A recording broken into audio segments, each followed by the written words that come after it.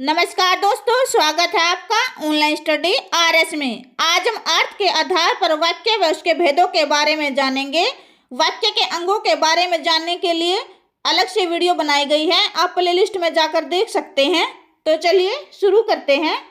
वाक्य वाक्य किसे कहते हैं?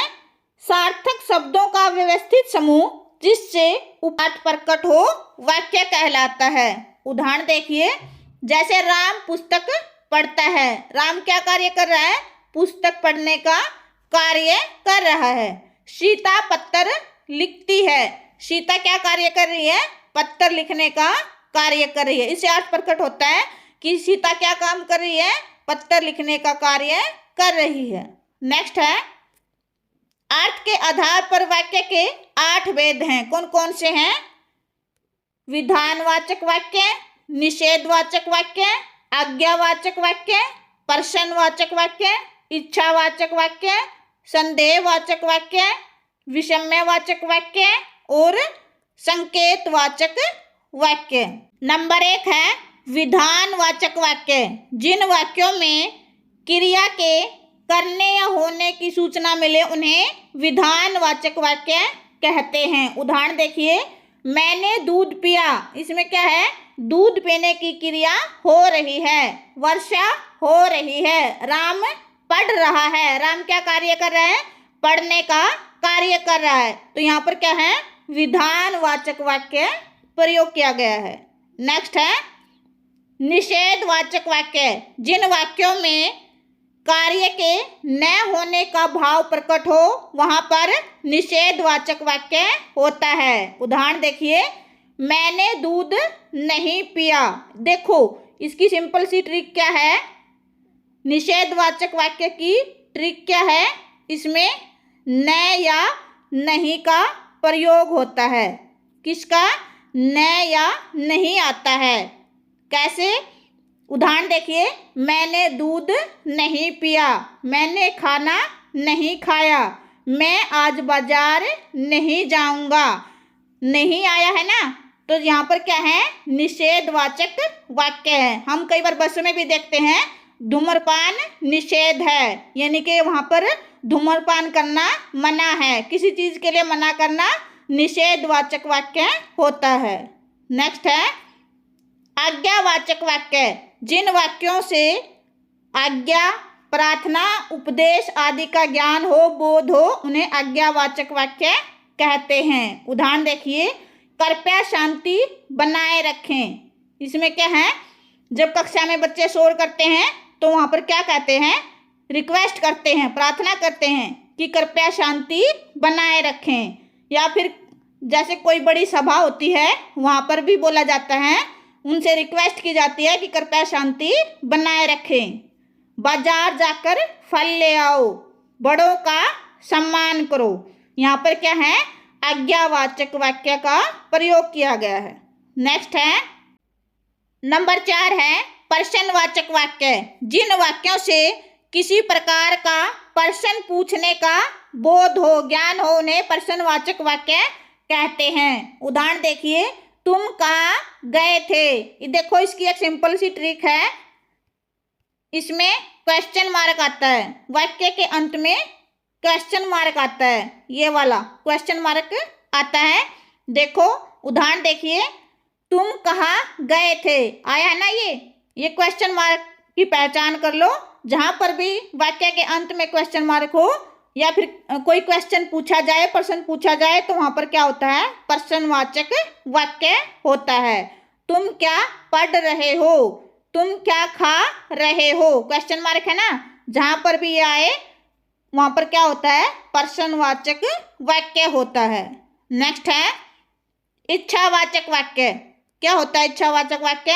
जिन वाक्यों से इच्छा, कामना, अभिलाषा, शुभकामना आदि का बोध हो उन्हें इच्छावाचक वाक्य कहते हैं। उदाहरण देखिए, भगवान आपको लंबी उम्र दे। ये क्या है? इच्छावाचक वाक्य है। आपकी यात्रा मंगलमय हो, शुभकामना दी गई है ना। हम कोई जाता है तो हम कहते हैं भगवान आपकी यात्रा मंगलमय करे या आपकी यात्रा मंगलमय हो। जब किसी का जन्मदिन होता है तो हम उसको शुभकामनाएं देते हैं ना, जन्मदिन मुबारक हो, जन्मदिन मुबारक हो, ये क्या है? शुभकामना है। तो यहाँ पर क्या है? इच्छा प्रकट की गई है, तो यहाँ पर क्या है? इच्छावाचक वाक्य है। नेक्स्ट है संदेहवाचक वाक्य।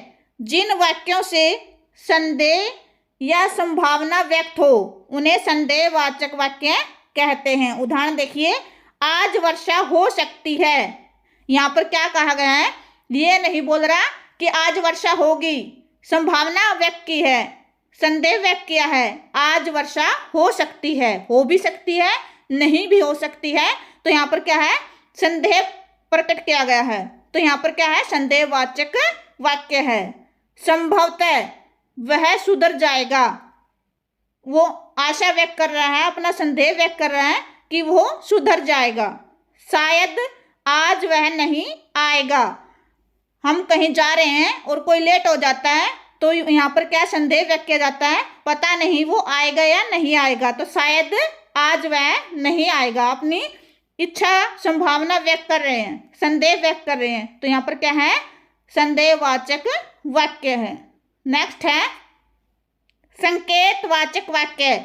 जिन वाक्यों में एक क्रिया का होना दूसरी क्रिया पर निर्भर होता है उन्हें संकेतवाचक वाक्य कहते हैं। उदाहरण देखिए, जब धूप निकलेगी तब कपड़े सूखेंगे, अगर लगातार पढ़ते तो पास हो जाते, अगर ये कार्य करते तो वो कार्य भी अपने आप हो जाता। एक जो पहला वाक्य होता है वो दूसरे वाक्य के साथ जुड़ा हुआ होता है।